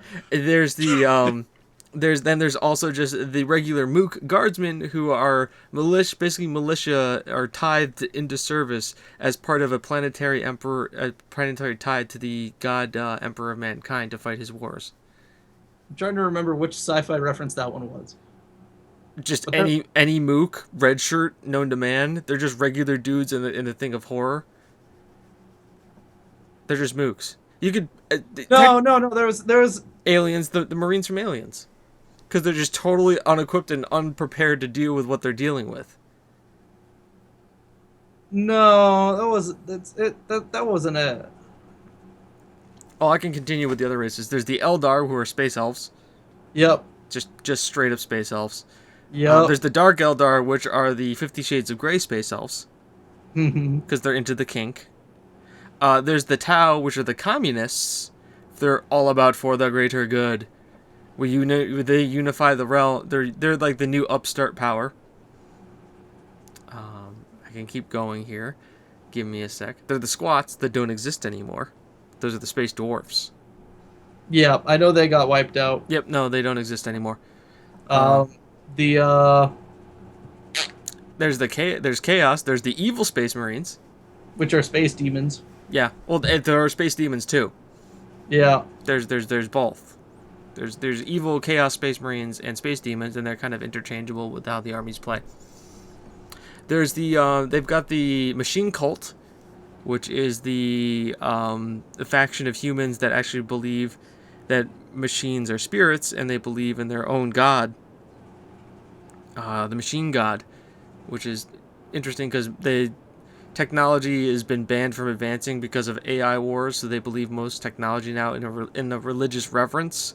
So you must coax the machine spirit to get it going for your, so you don't put a key in ignition and turn your car. You say the holy Pray to the car. you say the holy litany of evocation and press the button and hope the car starts. That one's a joke on humans just as people. That Yeah, was no. a joke about the internet and like people who aren't technologically savvy. Like I mean, praying to God that something does something. So I mean, like I said, It's all parody. It's all parody. I mean, but once again, it takes from a lot of great works. I mean, the allegories are abundant. I mean, though technically they came up with the name Space Marine before anybody else copyrighted the name Space Marine. Keyword is copyrighted. Yeah, copy. I mean, it was Dune. Oh yeah, no, and I'm a huge. That's the thing. That's what got me okay with it, because for a while I really didn't like it because it wasn't so much the actual thing itself. The lore was all right. The setup was all right. I mean, I didn't like the way some like bits were changed out weirdly, like the frickin' space robot zombies suddenly had feelings and romance. I don't remember. The Necrons. Yeah. Yeah, no, they basically became the Stargate gods from Stargate. Totally forgetting what they called them beforehand. Replicators. No, not the replicators. The ones based on gods. Oh, the Gould. They're basically the Goa'uld, except the Goa'uld became robots. Originally they were just the Terminator, and then they became like the Terminators, but Goa'uld. They were space robot zombies. Yeah, they still are space robot zombies. Yeah, but now they have romance.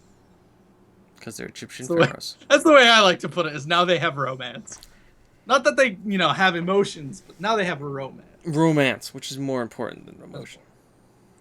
Yeah, I'm still not a huge fan of it, but like it's more tolerable when you can look at it as like it's them doing like this whole huge conglomerate parody. And honestly, at this point, it's a lot more fun to look at it as a parody of people trying to shoehorn things into tabletop games. Yeah, well, I mean, think about Like, it. Most role playing games started as war games mhm. because, like, instead of fighting with regiments and platoons, they kind of slowly shrunk the battles down to where it's like I want to play this one individual soldier, and that's how you got D&D and those kind of games. Kind of evolve from that.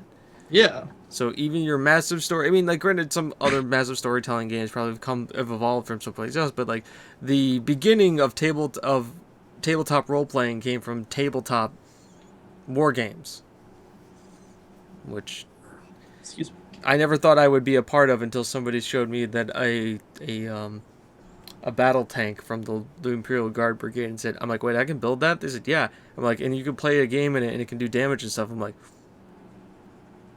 okay, I can have big tanks. I like the fact that I can have tanks. Yeah. I'm not into the war games so much. I'm much more story oriented to it.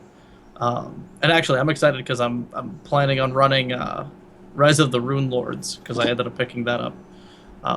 So I'm actually running an adventure path to begin with, like an actual adventure path.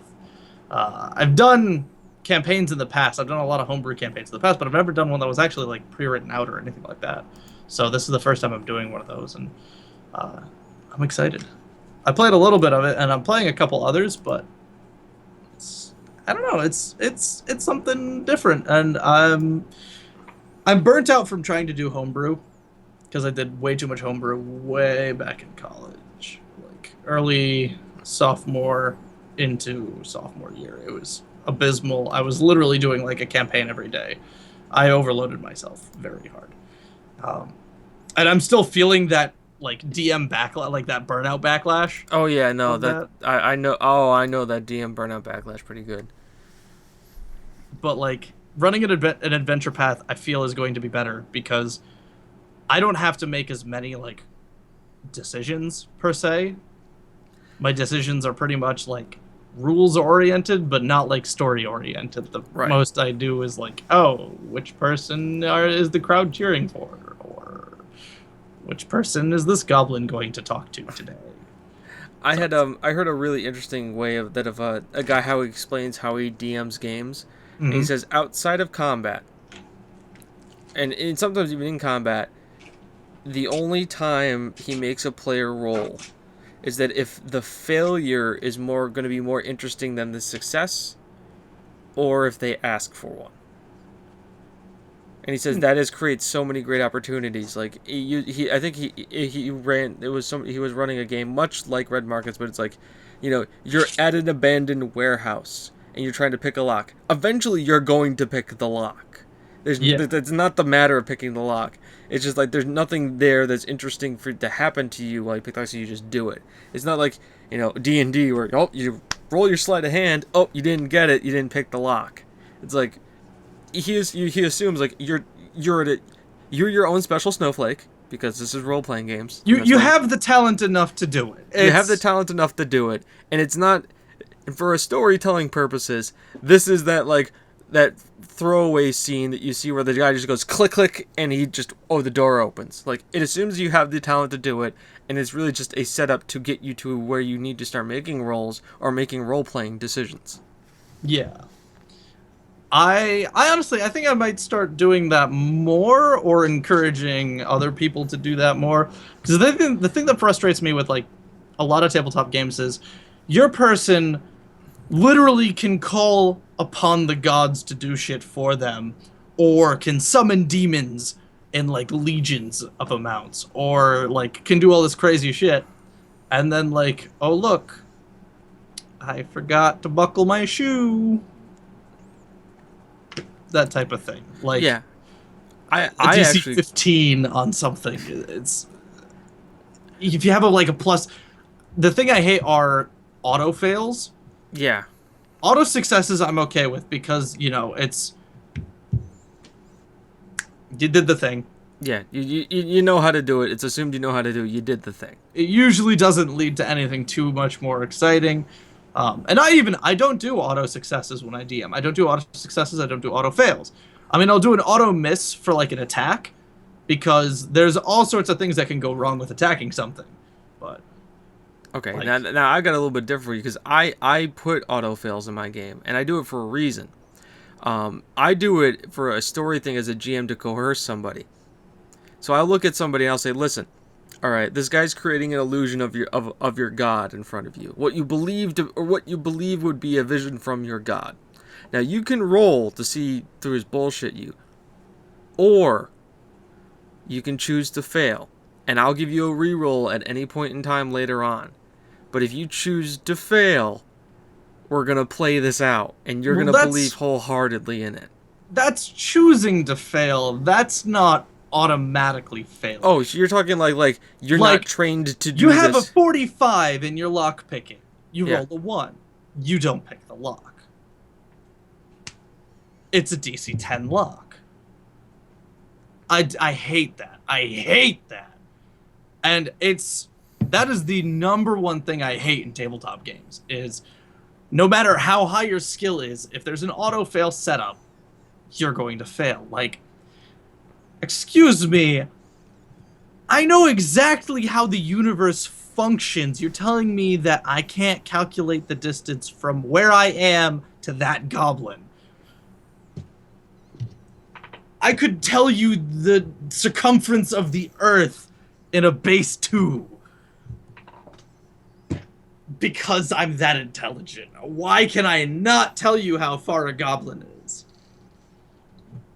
That's what gets me. And this is probably because it comes once again the background for certain systems comes from wargaming, because you needed that. It's like you shoot the guy or you don't shoot the guy. And I think that's where a lot of other systems are coming into play that kind of don't have to worry about that now, because you have like Fiasco, you've got Fate, Oh, I love Fiasco. which is much more a story-driven game, and the roles are there. But then Yeah. again, it's because you need to have something tangential, otherwise you're all just sitting around telling a story. And there needs to be some kind of mechanic that makes it a role-playing game. Granted, it doesn't need to have one to be a good game. I remember having entire sessions of a modern D20 game where I never rolled the D20 because we just role-played the entire thing, and because we were all role-playing the game, the GM just said, "You guys." You handled it. You dealt with it. You dealt with the characters. You did that. You convinced the characters that I was playing as the NPCs to do it because you were role playing versus being like, having the one guy go, I intimidate him. Roll the dice.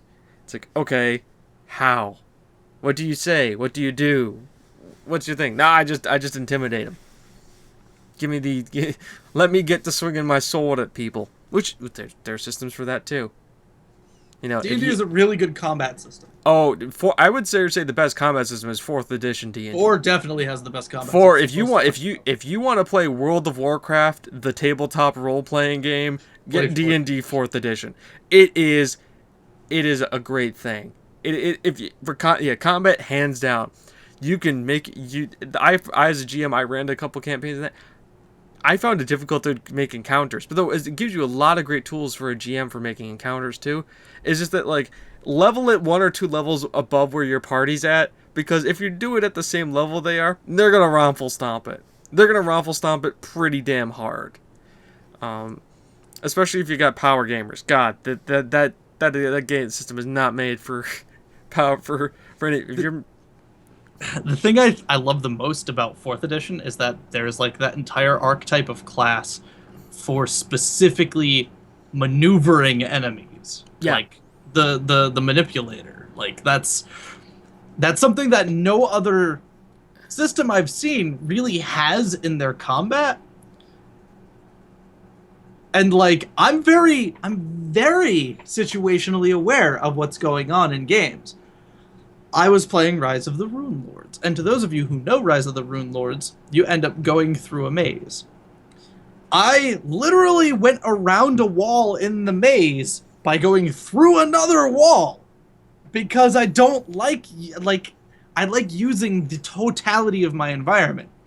If I had more movement-based things, if it wasn't just bull rush or telekinesis, those if there was more to it, there would be so many more interesting things going on.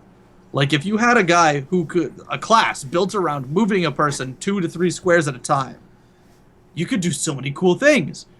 Knocking peoples off of bridges into fires, spike pits, dragging them across frickin' like thorn brushes. There'd be so many cool things, but there's not enough in the games that I tend to And the play. thing is, too, I tend to play, like, a class. I remember it's an entire situation where a guy was getting up and he was running away, and I'm playing a sorcerer, and this is in 5th edition D&D.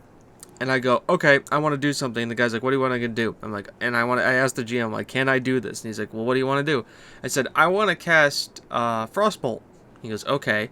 You going to cast it at the guy? I said, no. I want to cast it on the ground in front of the guy. I want to make a sheen of ice on where he's running, and I want him to slip and fall on his ass. I don't want to kill him. I want to just stop him from running. And the GM looked at me and goes, roll it. And I rolled and I hit the ground. I'm like, I hit the ground, but it was like, how how hard of a DC are you making for this guy to hit? He hits it, he fell on his ass, and the fighter caught up with him and tackled him. But it was like, I look at a situation like that, like, how can I use the spells that I have to my advantage that they're not, made for? I'm like, I can throw a ray of frost and, like, hit somebody and slow them and do 1d8 damage, or how can I use this to my advantage in an area? I had a goblin that just could not hit Jack with his ray of frost. I mean, he was god awful. Like he didn't have bad stats either. He had pretty decent stats. It's your dice. Well, it was online, and I mean, I play almost all of my games online at this point. But like, just could not hit with that ray of frost. But goddamn, did he soak up damage? He was an Arcanist. He was the Arcanist tank. We had 3 players in this run of Rise of the Runelords. I mean, we had a few more earlier, but in the end, it was 3 players. It was a Barbarian, it was an Arcanist, and it was an Oracle. The Barbarian was our glass cannon. See, I play the sorcerer as a glass cannon. He can cast fireball 3 times in 1 round. I played my Arcanist as a tank without mage armor. Goblins. They're bouncy. It's all about that it's all about that AC, man. Sometimes you don't need it. Whopping 11 AC. Yep, it's super hard to hit. No, goblins, they can get a feat called Roll With It, where if they take melee damage, instead of taking damage, they can convert it to distance that they get thrown in any straight line that they want. Because the text did not say anything about the enemy or logic, it just says in a straight line. I took it as you could hit me directly in the head with an axe. I will get hit in the head, but because I was already moving forward, roll forward a dozen feet for the damage you hit me with. But goblins are bouncy and hilarious, and apparently make really good tanks when playing Arcanists. Well, there's your build. All right. It was so bad it wasn't going to work in the future, so I had to say I want to do a different person because I didn't want him to die. That was the thing. I didn't want him to die, so I retired. Nobody wants to see their role-playing characters die. Yeah. He wouldn't even like gone and past that. He just wanted to be a cool goblin, so he took over the goblin keep and he's like, I'm the head honcho now. Beautiful. All right. Well, I think we've done enough damage for tonight. Yep. So there it is. So everybody, if you've survived this long, thank you for enjoying Gamer Chatter After Dark, episode 2. If you want to find me, you're probably already at the YouTube, but I am right up here, YouTube at Gamer Chatter, and I am also on Twitter as at Spike2579. And if you want to find me, I am the Hergle Man. I do Let's Plays and we'll be doing more in the future. You can find me here at the Hergle Man at youtube.com. That's not even the right one. It's youtube.com/the Hergle Man, or on Twitter as @HergleMan. And you can always send me a message. I love when people message me and send me things and tweet at me. It's cool. I like it. It's play Do the it. games, dude. I mean, like, it's not like you don't want to like play multiplayer games with people, right? Yeah, I know. I genuinely want to play with more YouTubers. I want to collaborate with people. Yeah, and if you want to play Overwatch with us, we can totally play Overwatch. Just let us know. All right, with that, I think we're gonna call it a night, and I'm definitely gonna try and edit this one. Okay. Yeah. Edit. Edit. I got a little bit of like doof going in my hair today. A little bit of doof going there. Doof going. You're the doof guy. I'm the doof guy. You're the doof guy. It was like really like it was doing something. It was doing something. There was another YouTuber that I kind of looked like, and I'm not going to mention any names. All right. Anyways, you guys have a lovely evening. Have a good one, guys. We'll see you when the lights go out.